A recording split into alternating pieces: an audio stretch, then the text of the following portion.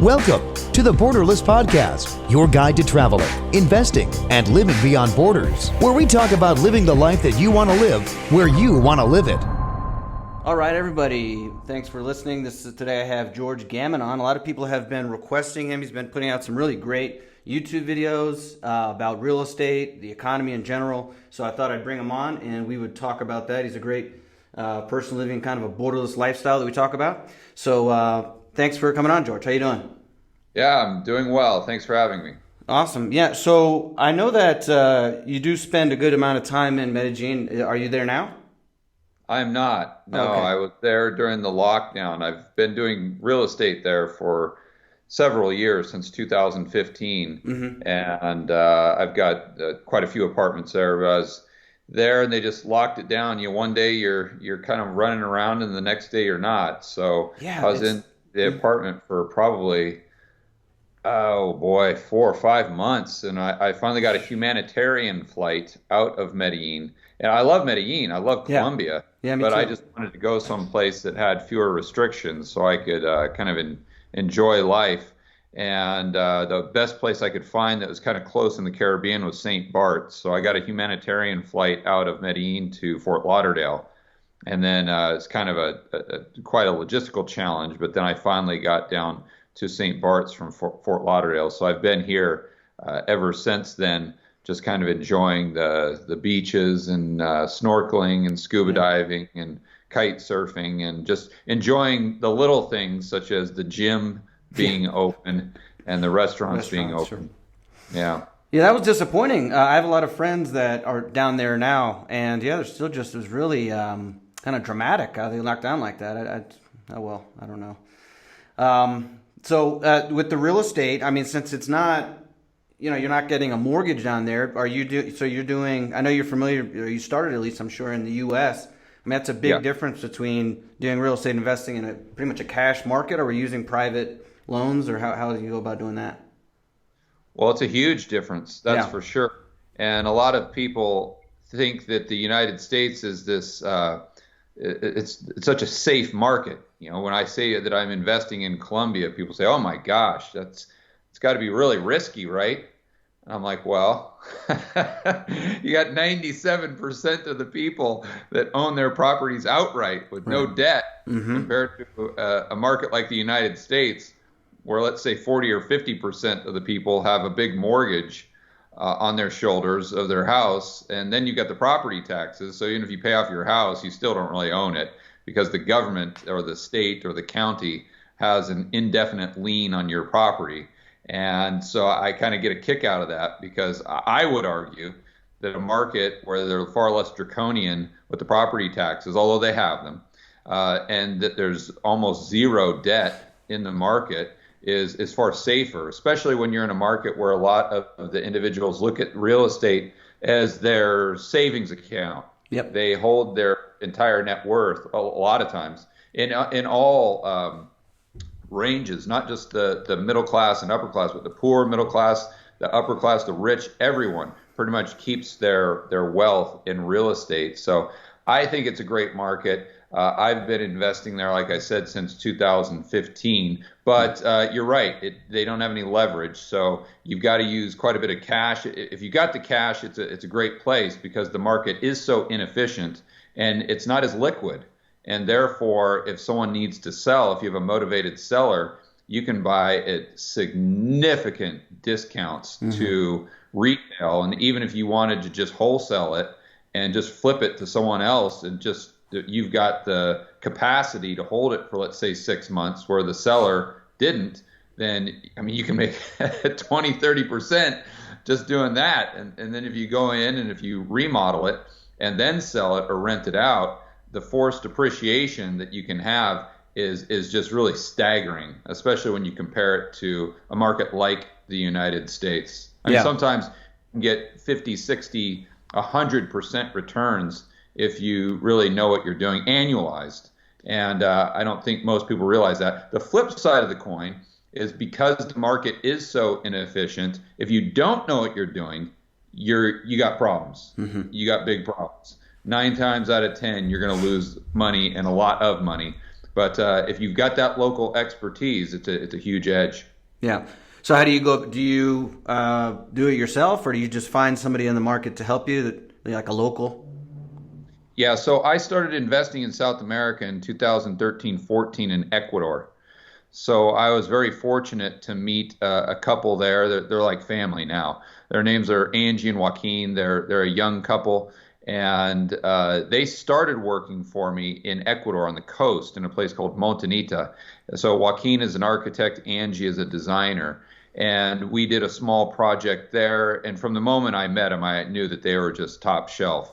So when I started in Medellin, I bought the first project I bought there was giant. It was this it was about a 6,000 square foot penthouse.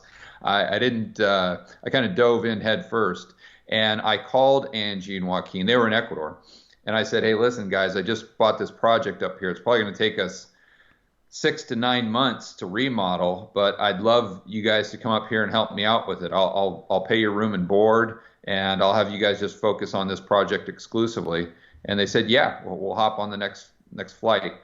So that was 2015. That was our first project. Ended up taking us a year, and then the Medellin market was just blowing up at the time. Yeah. And when I was doing that project, all the gringos were coming down because they were wanting to buy properties, not necessarily to flip or for real estate investments, but for themselves. And they wanted to remodel them, and they didn't know what was going on, but they did know that there were a lot of, let's call them hidden dangers to the market and to really getting screwed by contractors or suppliers.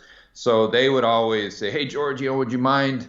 I could take you out to dinner, so I'll buy you lunch, and you can tell me what to do and what not to do and some of your experiences." I kind of became that guy in Medellin, like the well-known real estate guy. And every time I'd talk to him, I'd just be honest, and I'd say, "Listen, if you really want this done right, you got to use Angie and Joaquin." And so their business just blew up as well. And then they had a couple kids, and now they've got this whole family. They're rooted in Medellin, and they've got, I mean, countless clients, especially before the virus hit. Their business was really, really booming. They probably had 20, 30 employees, and they still do. I give them my projects exclusively. I don't work with anyone else, but they've got a lot more clients and bigger clients, by the way, than just me. So that's how that whole process kind of evolved. And that's why I had a huge edge when I went there from the beginning, because not only did I understand real estate investing, and did I have a significant background as an entrepreneur, but I also had Angie and Joaquin there coming up from Ecuador that could handle hiring the electricians, the plumbers, the tile people, all the subs. Yeah. And although you still have to kiss a lot of frogs, you're not you don't fall into some of the traps that others would, and you're still able to, even with the first project, we had a really good return on that, and we kind of never looked back. Yeah. So I mean, I guess the point is you got to put together a good team. That's right. And if they're kind of seen as somewhat local, at least you can skip some of what they call the gringo tax, and they can negotiate a little bit better for you, especially if they're native speakers of the language. I do the same thing. I think that, putting together a good team, obviously, no matter where it is going to be really instrumental. And what I was going to say, too, also about Mexico, where I am, when you were saying about people that just put their money, use it kind of as a bank, that's very true here as well, because there's been so many devaluations and things like that people have experienced in their own lifetimes. A lot of times you just see people that have land forever, and it'll be in the family, it'll be in 10 people's names, and the property tax is so low. I mean, people in the United States would not believe how low that property tax is in Mexico. So they could just keep it there, and they're not really motivated to sell at all. And I think it's kind of interesting also that if they buy land, maybe they'll put houses on different parts of it, and they have no intention of selling it. And the family kind of lives there. So, not from an investment standpoint, but I think it's kind of an interesting cultural thing that the family has a place, no matter what, that they can always come back to. Even if they went completely broke, anybody in the family knows that they can come back, and usually the parents live there and stuff like that. So I think it's kind of different from the U.S. We're used to moving around a lot and stuff. I think it has a huge impact, especially right now. Mm-hmm, when exactly. I Colombia, as an example, with this lockdown, their economy is obviously suffering, but I don't think it's suffering close to what it was, at least on an individual level. I don't think the society is suffering as much as they are in the United States. Now, of course, the United States has the PPP loans and the stimulus checks and all these things that are kind of artificially keeping things afloat. But Colombia, it didn't seem as though they need that. And I'm not trying to downplay the significance of the virus on the local economy or on individuals' paychecks. But to your point, first of all, most people own their property outright, so they don't have a rent payment. They don't have a mortgage payment. And even if you've got a small little home in like a strata 2 or 3 or even a 1, you've got, at a worst case scenario, you could have your cousins come over and you've got maybe 4 or 5 people living there, and they've got a roof over their head. So they don't have to worry about food. They don't have to worry about shelter. The basic necessities are taken care of because they've owned this real estate through generation after generation after generation. And it works very well as kind of a default form of a default security blanket that's private and not really at the discretion of the government. Yeah. And, also because of interest rates have a lot to do with that. I mean, in the United States, they give away very low interest rates, and that, affects not only credit card, but as we're seeing now, auto loans, credit card loans, giving out all these student loans and all this.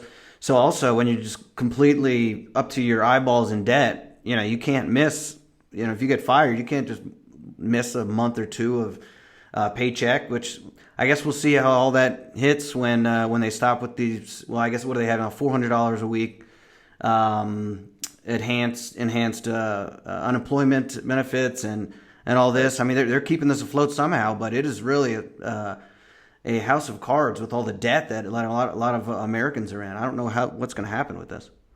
Yeah, that's a great point. And I've got several people that work for me now in Colombia, call it, oh boy, maybe 25, 30 people, something like that. And excuse me, a lot of them are Venezuelan, and they fled Venezuela to come to have a better job, better life in Medellin and in Colombia.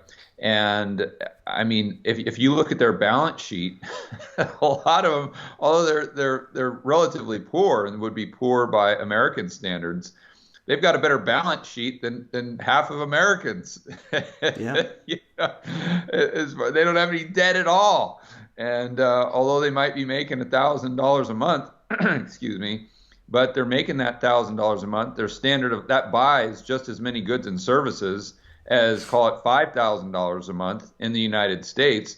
But they have absolutely no debt. They don't have student debt. They don't have a mortgage. They don't have a car payment. They really don't have any of these things. So, I mean, who's rich and who's poor? Yeah. And also when your monthly expenses, I mean, like you're talking about, maybe you are renting something, even if you are renting something. I mean, a lot of people can, say a household of two people, like, for me here, I mean, I'm really amazed sometimes how low, if I wanted to, how little I could pay and survive. I mean, as far as food, just going to like local markets and stuff, the food, just making food at home, and like most of the locals do, and if you don't have any mortgage, I mean, people would be blown away. I mean, you could probably get away. I mean, if you live in a family, get away, paying nothing. But even if you and are supporting somebody else, 2 people household, you probably could pay $200 to $500 a month or something and survive. Oh yeah, which just especially if you've got dollar-denominated cash flow coming in. So, as an example, if you're like me, I've got several properties in the United States, and I've got dollar. I don't know if you want to call it profit, cash flow, whatever, but I have dollars coming into my bank account every single month. And if your expenses are denominated in Colombian pesos or Mexican pesos, I think you're at 22, 23 right now to the dollar, which is I mean, that is crazy. I don't think most people understand that just maybe 6, 7 years ago, that was 7. So Yeah. think about how much more purchasing power you have in Mexico right now compared to when you did back then, if you've got dollars coming in and you're buying pesos to buy goods and services. I mean, there is massive, massive purchasing power because of the difference in the currency, because the dollar is so strong relative to those currencies. And I don't think most people put 2 and 2 together there. In addition to that, you've got just, even if they were, even if you were at 7 pesos to the dollar, the standard of living is still far, far cheaper. And I always tell people that if you have, excuse me, like if you're someone that's on Social Security, as an example, and you have $2,500 a month that's coming in from your check or your retirement, if you have $2,500, $3,000, and you're living in Medellin, you almost can't spend that much money. I mean, and it sounds crazy for Americans to hear that, but it's very true. That would be like having maybe $20,000, $25,000 a month tax free in the United States, and it's just like, for most people, I'm sure you could spend it. I mean, I'm exaggerating, obviously. But for most people that are just normal, that just maybe go out to eat every once in a while, might go to the movies, you don't buy anything extravagant, you're going to have a lot of savings at the end of the month that you can parlay into other investment opportunities and just increase your purchasing power and grow your wealth, as opposed to being on this kind of hamster wheel that I think a lot of Americans find themselves on. Yeah, absolutely. Yeah, if you can get out of paying all your money in interest, there's different ways to do that, to lower your debt or make your loans work for you. Some people use infinite banking. Have you ever? What are your thoughts on infinite banking? Have you looked into that? I haven't researched it much. I have not. Okay. I have not. But to your point, there's also great opportunities in real estate, not just in owning the assets, but in hard money. I've done that once, and I'm thinking about doing that a lot more in the future, because in Colombia, and I'm not sure how it is in Mexico, I'm assuming you could do the same thing, but there's a lot of gringos that are down there that are looking for mortgages to buy property, even at like 40, 50% LTV. So if you go down there and you got 100, 200, 300 grand, you can lend that out, and in dollar terms. So you're lending out dollars, you're getting paid back in dollars, but you're getting a 10, 12% interest rate on the hard money for, call it, 2 or 3 years. So you got this asset, which is the debt you own, that's backed up by physical real estate in a market where the downside is very low because of what we talked about earlier, with the lack of debt in the market itself, the lack of mortgages. And you've got this dollar-denominated asset that's paying you 10% per annum. That's a pretty. I mean, try to find that type of return on your investment in a dollar-denominated asset in the United States. You're going to have a tough time. Although Puerto Rico is very interesting. I don't know if you've looked into Puerto Rico lately. I'm starting to snoop around there a little bit and kick some tires, because it is a market, as you know, that's dollar denominated, but it's a real estate market, probably the only one that's dollar denominated, that has just been tanking. I mean, they got hit with the bankruptcy, then they got hit with the hurricane, and now they're just getting smoked by the virus. Yeah. And their market, I mean, properties in Condado, I haven't looked at Dorado or St. Regis or anything, but right there in Condado, just looking at it from a distance on Zillow, maybe 2 or 3 properties out of 10, you see that $75,000 price cut, $50,000 price cut, and you look at it just going down, down, down, down, down. And that's when I like to be a buyer. I don't like to buy when the chart's going like this. I like to buy. I like to buy it when it's super cheap. And I don't know if you guys talk about RV ratios, but the prices are getting so low that you can get close to a 1% RV ratio, when I define that by the monthly gross rent relative to the cost basis, and under the cost of construction. Yeah, that's a great measure to go by, for sure. And I imagine that, I mean, maybe it's not at its peak now, but with all the people that are having the exodus from these giant U.S. cities, that a lot of people are considering, taking advantage of Act 20 and 22 more than before. So there's going to be a lot of people with money as they're, as these friggin' politicians, the only thing they can think of is to higher taxes, in the big cities as things are getting worse. Why would anybody stay there? They're looking for better places to go, and that's the only place you can go as a U.S. citizen and not pay federal income tax. Yeah, I think that's a fantastic point. And when I first went to Puerto Rico for Act 2022 was in 2013. So that's when it just started. Yeah. And I remember very well just being in line at all the places where you had to register to vote and get your driver's license, and you can always see the gringos that are in line. I mean, we stick out like a sore thumb, regardless of where we are. And you see a couple people there, oh hi, and then you see them in the next stop when they're registering to vote, or later in the afternoon or whatever. And they're all there for the same reason. So you kind of get to talking with people, and most of them then were from California. And they were business owners, and they could work remotely, or they had a business that was conducive to Act 20, and that's why they were there. But now, I mean, everyone and their mothers. You got Schiff there, you got Simon Black, you got Yaron Brook, Mike Maloney, Harry Dent. I mean, the list goes on and on. And I won't give out any names, but I'm pretty good friends with a lot of the guys and gals on FinTwit. And a lot of the people that you'd see on Real Vision or Macro Voices, I don't know if your listeners are familiar with those shows, but a lot of the FinTwit people and a lot of people in the digital marketing space.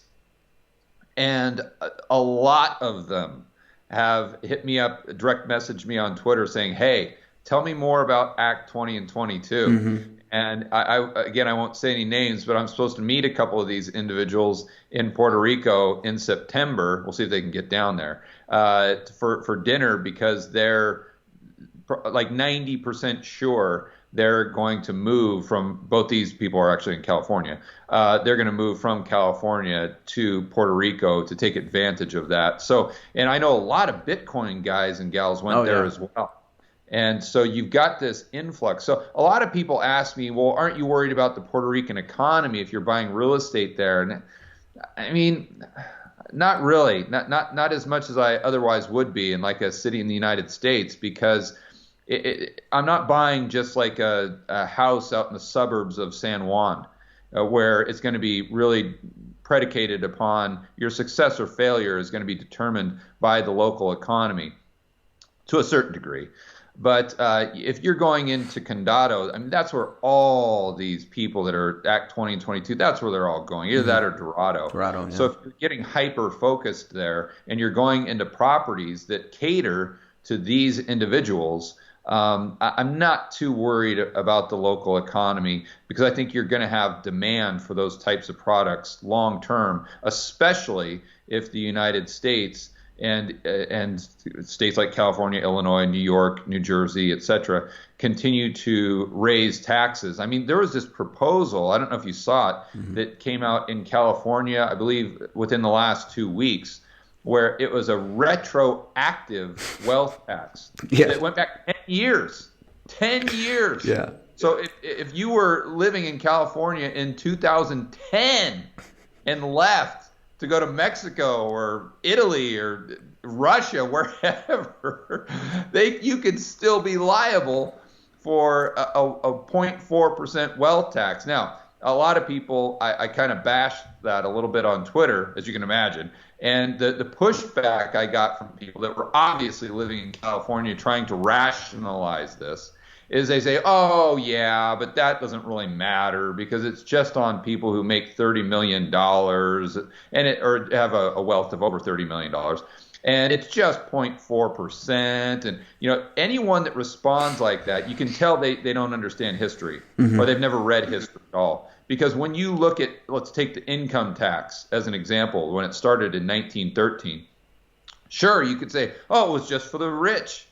And it was just on incomes, I believe it was like $500,000 and above. And back then, that was an astronomical amount of money. And I believe 6%. And I think it might have been 1% at lower brackets, but they had enough write-offs to where it wasn't really, it didn't really matter. So those numbers could be up, but it gives you an example there. And then you just go, 4 or 5 years to 1918 when we had World War I, and that rate shot up over 70%. You say, oh yeah, George, that's because of World War I. Fine, look at 1922. The rates were still 58%. 58 within a matter of less than a decade. So my whole point there is, if you understand history and how governments operate, sure, it starts at a 0.4% wealth tax on 30 million and above, but you blink your eye, and the next thing you know, it's 1%, it's 2%, and then it's going from 30 million down to 10 million, down to 1 million. And while at the same time, they're not adjusting for inflation, by the way. Right? So let's say that we have inflation go up to 1970s level, where we're tacking on 10, 15% per year. So now all of a sudden, that home that you own right now, as someone that's middle class, that home you own in California that's, let's say, $800,000. Well, what happens when that goes to $8 million, but yet you haven't increased your purchasing power at all because the house has just gone up with the rate of inflation, and then all of a sudden they drop that wealth tax from 30 million down to 5 million. Yeah. Now what? Now you're right in the crosshairs for 3 million.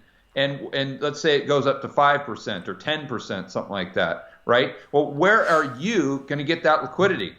So let's say you got 3 million that's in the zone, let's call it the no bueno zone. That's what I always say on my videos. But let's say you've got 3 million in there and it's at 10%, you got 300 grand. Where are you going to come up with that? As someone middle class, you're going to have to take a loan against your equity just to pay that tax, and then you're going to have to pay down. I mean, who's going to be willing to do that? People just don't understand that once the camel gets its nose under the tent, you got big problems, and it's going to get a lot worse before it gets better. And again, I think the majority of those people are people who currently live in California. They can see the writing on the wall, but for whatever reason, whether it's just, I mean, a lot of them are just lazy, but I get it. You know, they've got family, they've got a job, they just can't pick up and leave. I totally get that. But whatever reason, they're trying to rationalize this to allow themselves to sleep at night and to not feel this constant stress. That I think if they were just honest with themselves and looked around, they'd say, wait a minute, this is a gorgeous place to live, awesome beaches, fantastic weather. You got Tahoe, you've got the Bay, you've got Southern California and the coastline, you've got Monterey, for heaven's sakes, but everything, the walls are closing in, and if you're a producer, then you've got a huge target on your back, and at some point you got to know that they're going to take what you have, whether you like it or not. Yeah, and also since we're talking about California, I mean it's one of the states that's harder. Well, once you move, so say that you want to just move to Texas, okay, you don't want to pay California state tax anymore. It's not as easy. You just move there and say, oh, I'm a resident here. There's a lot of things you have to do. You have to cut all ties. You have to move all bank accounts. You have to really put in some work. It might take some time because it's up to California for them to say whether you have to pay state income tax or not. So something that people might need to think about, because it's it's something you have to plan for ahead of time, and it might take more. If you have a lot of roots in California, a lot of things going on, then it might take a concerted effort. It's going to take you take you a while to not because if you're going to stay within the states or at least keep a residency there, then you're going to have to cut all your ties to California. Maybe just go back to visit or whatever if you want to. So I wanted to ask you. So are you saying are you doing the Puerto Rico program now? I've been there since 2013. Oh, okay. So now, do you have to stay there 6 months out of the year? That's how it works, right? No. So, and again, this has changed, and I'm by no means an expert, but this is how my lawyer laid it out back in 2013. I think, if anything, though, it's more liberal now. Okay. because back then you had to have a specific number of employees and do all these things. And now I don't even think that's the case. So, but back then, for the first year, you needed to spend 6 months in a day. You needed to spend more time in Puerto Rico than the United States, or you just need to spend more than half the year in Puerto Rico. But after the first year, then you had 2 ways to be what they called a bona fide resident. And that either you could spend 6 months in a day in Puerto Rico per year, or you spend less than 90 days per year in the United States.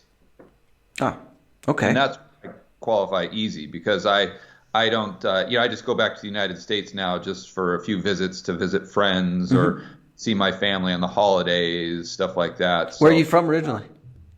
Originally, I was born and raised in Portland, Oregon. Okay. And then my family moved down to Vegas, and my mom still lives in Vegas. My sister lives in Dallas, and then my younger brother lives in Arizona, so close to my mom there in Vegas. So it's kind of the Southwest is where we like to hang out. So that's where I go when I go back to the States, but it's never close to 90 days per year. Sure. So, a lot of people that ask me about Act 2022, they say, yeah, I mean, it's great for the taxes, but I don't know if I want to live on an island and blah, blah, blah, blah, blah, blah. The heat. And I'm like, you don't have to. You don't have to. Just go, you spend 6 months and then go to Switzerland, go over wherever you want, go to Dubai, go to Montenegro, or go to Colombia, go to Mexico. And I don't think people realize that. But again, I think people we as humans like routine. And I think when we get, especially if you lived in the same area for years on end, maybe you're born and raised there and you still live there, all the restaurants, I think people feel as though, or they like to feel as though they have control over their lives. And although we don't, I think people like to feel like they do. And I think that's the cognitive dissonance that kind of is triggered by someone thinking about moving to a place that's unknown. And I just, unfortunately, especially in the world that we live in today, I think that's going to be extremely detrimental for most people who fall into that category. And I think we're just naturally hardwired. Someone like me, I think I'm kind of an anomaly. But now more than ever, I think people have to realize that, and they have to kind of force themselves to get outside of their comfort zone, because they see what's coming down the pipeline. As an example, and I'm not saying that California or the United States is going to be Venezuela or Weimar Germany or Zimbabwe or any of these places that have collapsed, but why can't California be the next Detroit? Right? And you have to ask yourself, with those people that haven't left Detroit yet, and or using Venezuela, Zimbabwe, those people that didn't leave, why didn't they leave? Right? Why didn't people leave Nazi Germany? At some point in time, you don't think when this crazy guy with the mustache gets elected, you're not like, okay, I'm out. Why? What? Because they were saying the exact same things that people are saying right now in California. Oh, it'll never happen here. Oh, you're just wearing a tinfoil hat. Oh, look around us. I mean, the fort, that's beautiful here. Look at the mountains. We're right in the middle of Europe. It's gorgeous. Everyone wants to come here. This is a place where everyone wants to be. And people have a tendency to take a snapshot of how things exist today, right now, and extrapolate that indefinitely into the future. But as we see going back through history, every decade things change dramatically. Look back at 2000. Could anyone predict that we would have gone through 2008, 2009 and be where we were in 2010? Same thing in 2010 to 2020. Could anyone predict that we would be, that the whole world would be in a total lockdown right now, Nuts. and people would be forced to stay in their houses, and governments would be shutting down businesses all over the world. I mean, people would have told you that you're absolutely crazy. And look at the rise of China. Look at the rise of Singapore. Yeah, obviously, I'm going back more than a decade. But look at it, the world changes. It shifts. The things that are true today aren't necessarily true in 10 years. And again, I'm not saying that the United States is going to be Germany or Venezuela or anything like that. But I am saying that at some point, if something's on a downward trajectory or you don't like the way things are going, you've got to come to a conclusion within your own mind that, okay, if it goes past this point, I'm out. Yeah. I'm out. And some line in the sand. Keep making excuses to stay there when it's past that threshold. Yeah. And that kind of also goes to the conversation I wanted to have with you. I saw your video on the Great Reset, and I thought that was very informative. You talked a lot about kind of the economic aspect of it. If people aren't familiar with it, then they definitely should look at it. It's something that's been put out by the World Economic Forum that basically, they want to take advantage of this crisis, right? Never let a good crisis go to waste. In the book, The Great Reset, you find out that's actually a Winston Churchill quote. It's not Rahm Emanuel. But anyways, I guess Rahm Emanuel took it from Winston Churchill. And they really have got a whole lot of stuff planned for you, for us, whether we like it or not. And it's kind of scary stuff. So what do you, you've looked a lot into it. What do you think? Well, first off, maybe we could explain a little bit. And I'd like to see what your thoughts are about counteracting this, working around this. You think this is actually going to go? Is this just them theorizing, or are we really going to feel the brunt of this social, giant global social engineering thing that they're trying to heave upon us? It depends where you live. Yeah. And I think that you have to look at the countries that are going this direction. It's mostly the West. Mm-hmm. Yeah, and if you look at countries that are just completely ignoring this as though it doesn't even exist, personally, those are the countries where I would want to be and invest moving forward. Because what this global reset or great reset, and I would challenge any of your viewers or listeners, when we get done, just go to YouTube and type in World Economic Forum Great Reset, and just watch a little clip of that, maybe a minute, 3-minute summary. The World Economic Forum actually put them out on YouTube, and it's if that doesn't freak you out, if that doesn't scare you, it's almost like a parody, mm-hmm. like you're watching a James Bond villain. And I'm not saying that to be funny.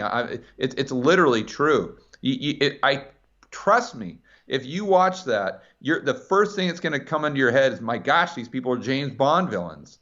And not that means anything, but you start to look at what they want, and it's bizarre. It's not just green energy and clean air. Obviously, I think that's a good thing. How you achieve that objective, I think, is debatable. But okay, so that's a good thing. But it's they want this equality in everything, and they even say that they don't want equality of opportunity. They want equality of outcome, and they say that multiple times. Even this guy Klaus Staub, I think his name is, that runs the thing. He's got a blog post where he outlines his vision for this great reset, and in multiple times he says equal outcome, equal outcome, equal outcome. And again, if you know your history, when countries try to produce equal outcomes, that doesn't pan out. That's when you get 100 million people dying in communist Russia or in China. That equal opportunity is what we should strive for. Equal outcome is a complete disaster. Yeah. Because no one's born equal. we should have equal rights. Yeah. We should have equal, again, opportunity. But none of us is created equal. As an example, my parents divorced when I was 7 years old. I have scoliosis, but I'm 6'4". But I'm so we all have our strengths and our weaknesses. None of us are equal. Yeah. So to try to force equality is just you're going against human nature. But from an economic standpoint, really the problem here is they're trying to have a tops-down approach, a central planning type of approach to allocating resources. And that never ends well. And that's the problem, one of the main problems, that collapsed the Soviet Russia economic system, is there was no price discovery, and they wasted precious resources that have alternative uses, scarce resources.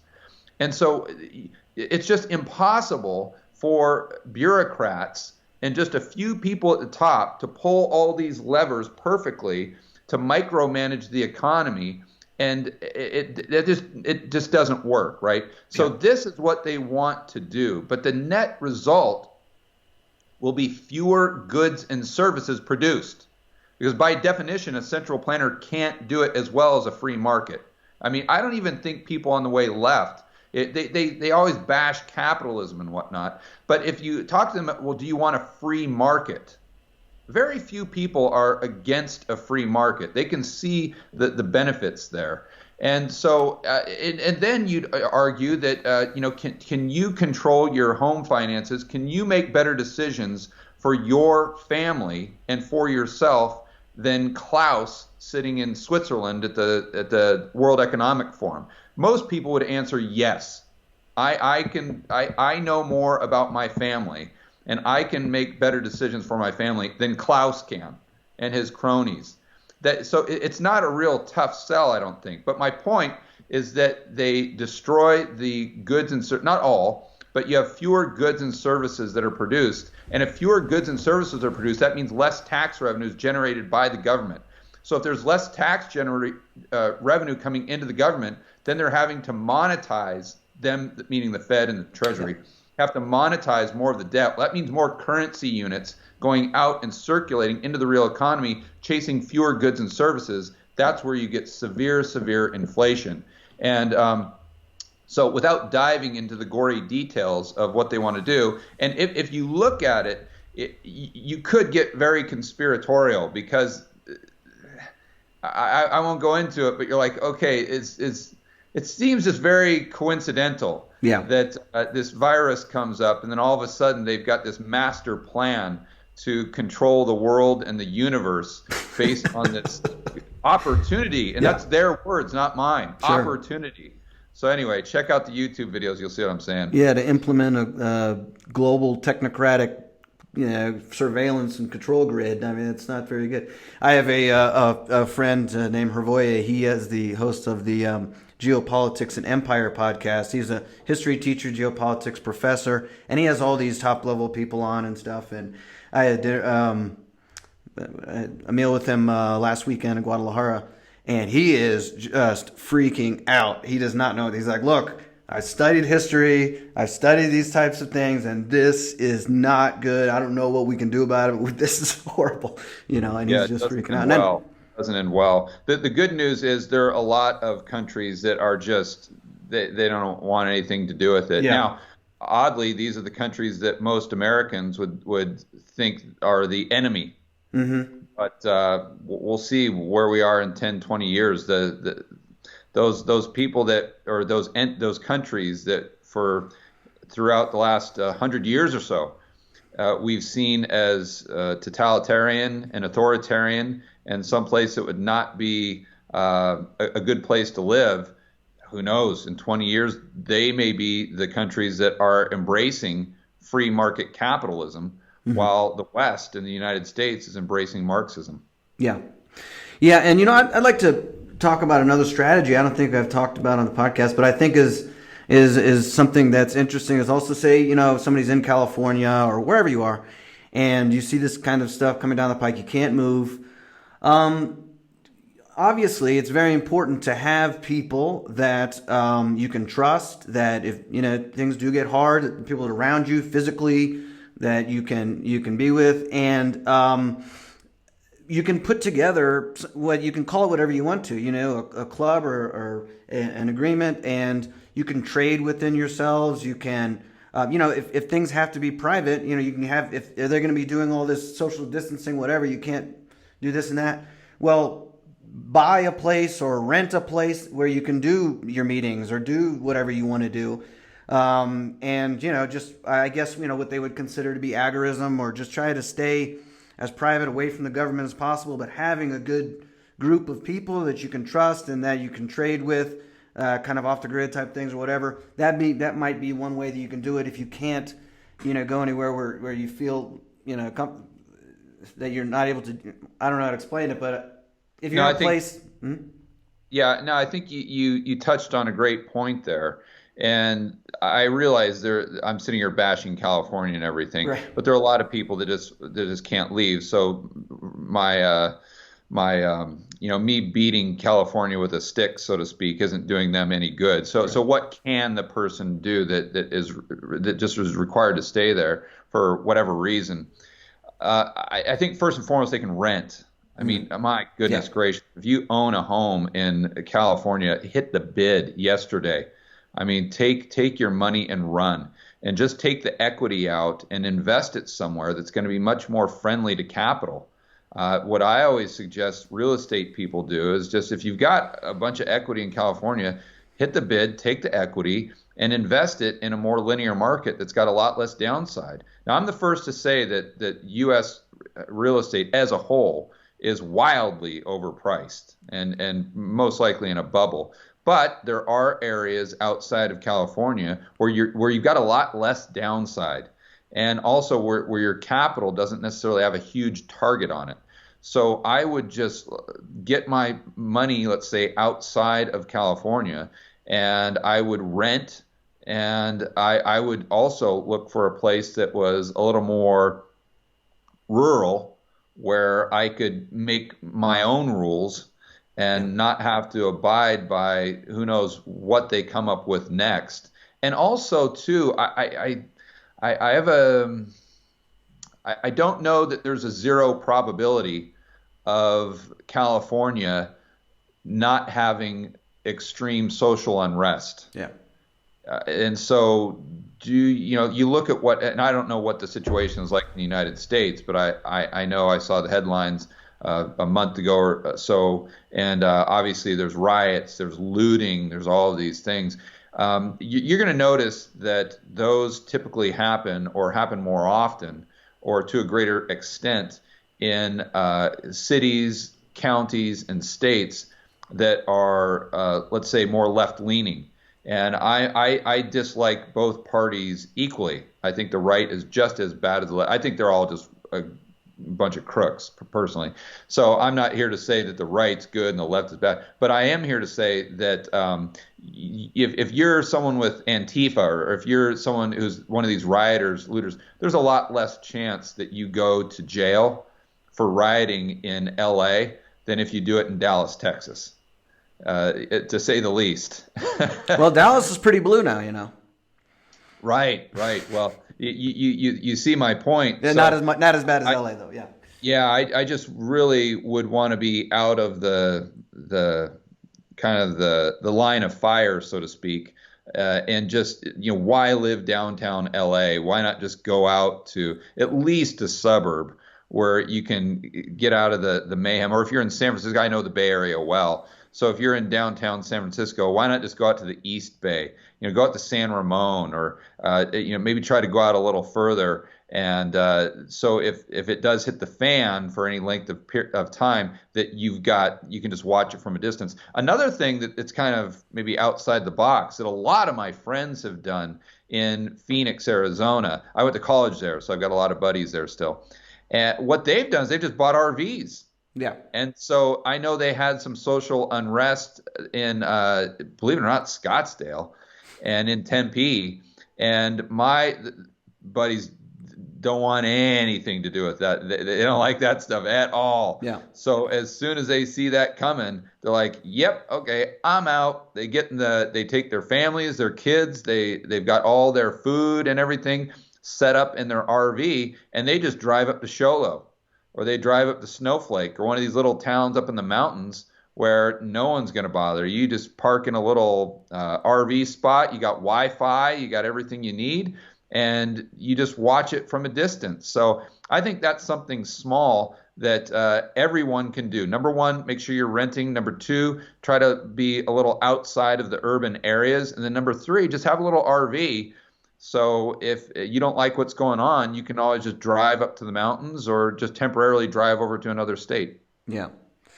Okay. Now, I want to see if, real quick, we could just get, if you could just tell us real quick, if somebody is in the States or, considering a new place to live or something like that, thinking of going internationally, can you list off some places real quick that you see as maybe somewhere that people should consider looking into?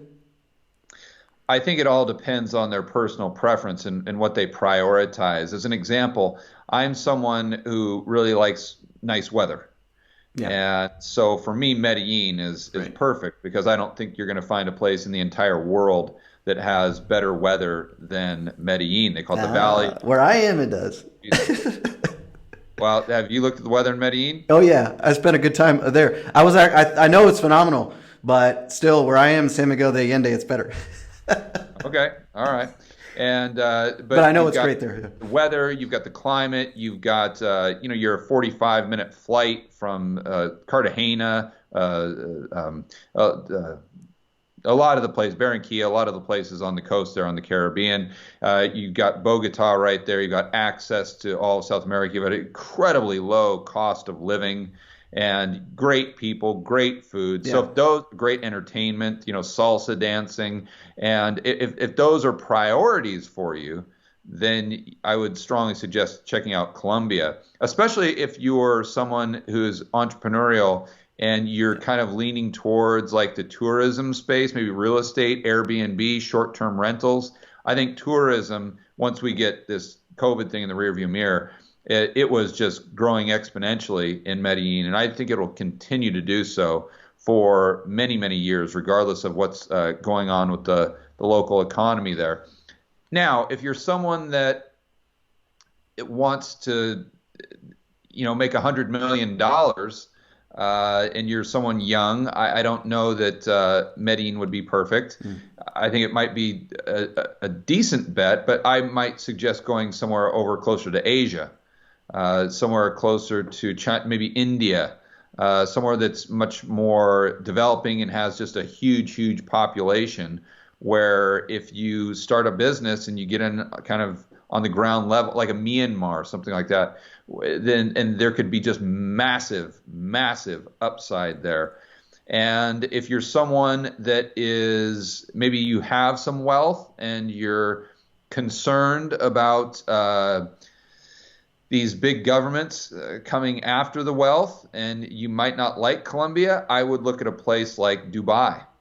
I would, believe it or not, I would even look at a place like Russia, especially if you're an investor. Russia is very interesting because, and I know they have Putin and I get it. I understand the downside, and I understand the arguments against that, and there are very good arguments against it.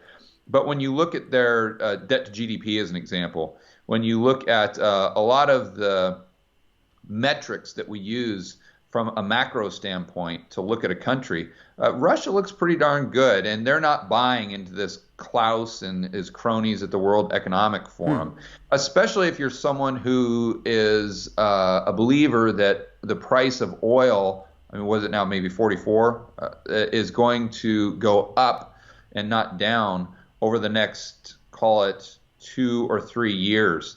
Those are countries that would benefit tremendously. Another one, Brazil.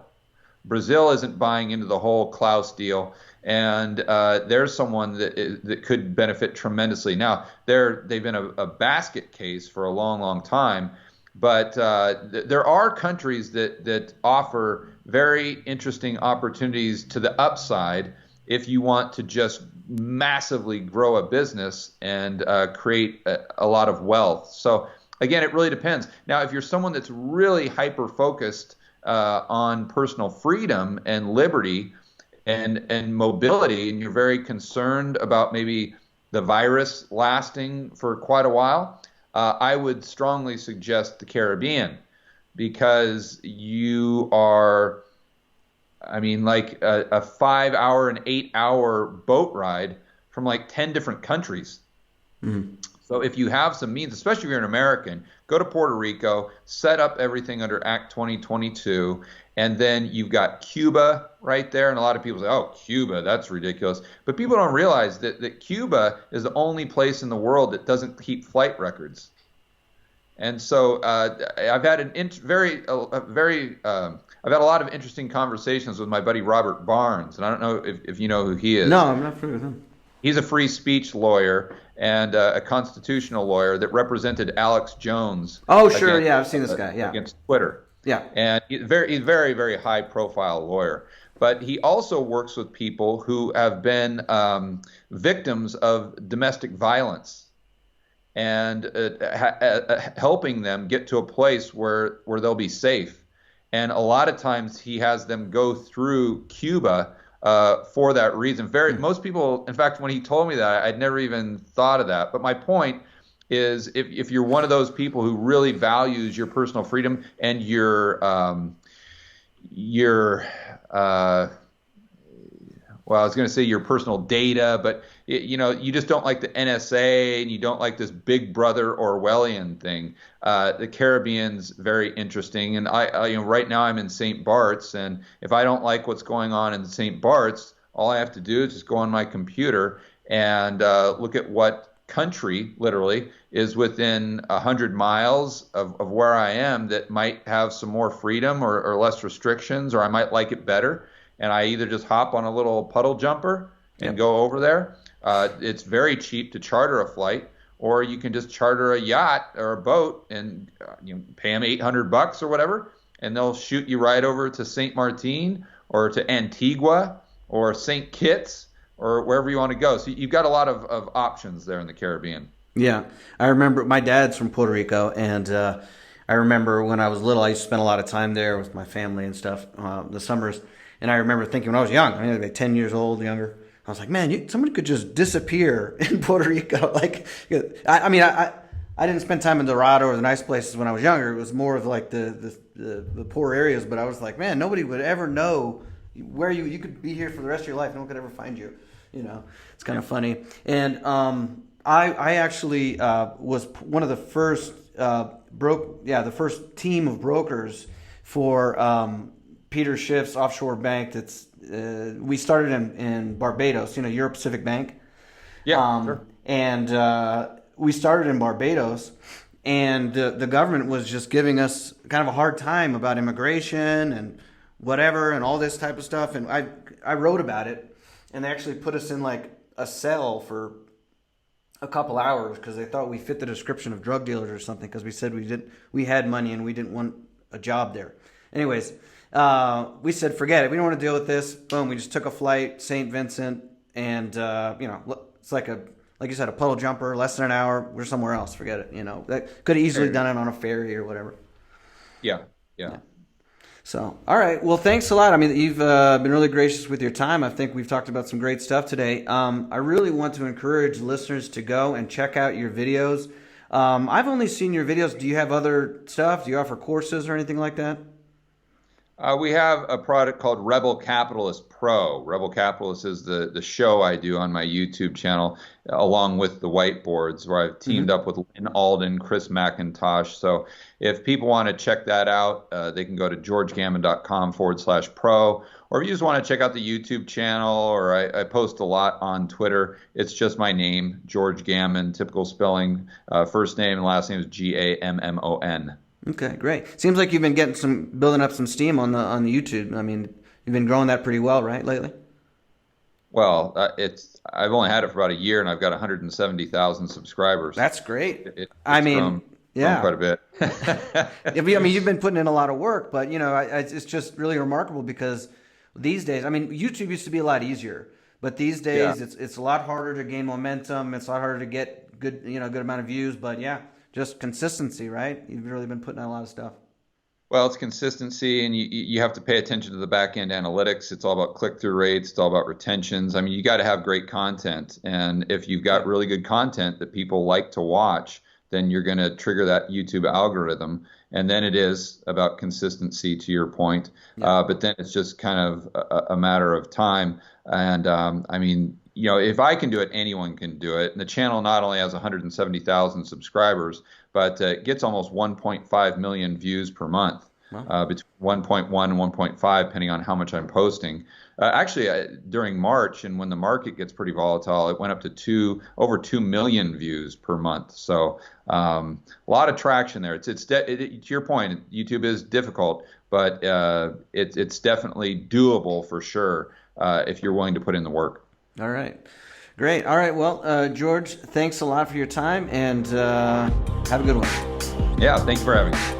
Thanks for joining us for the Borderless Podcast, traveling, investing, and living beyond borders.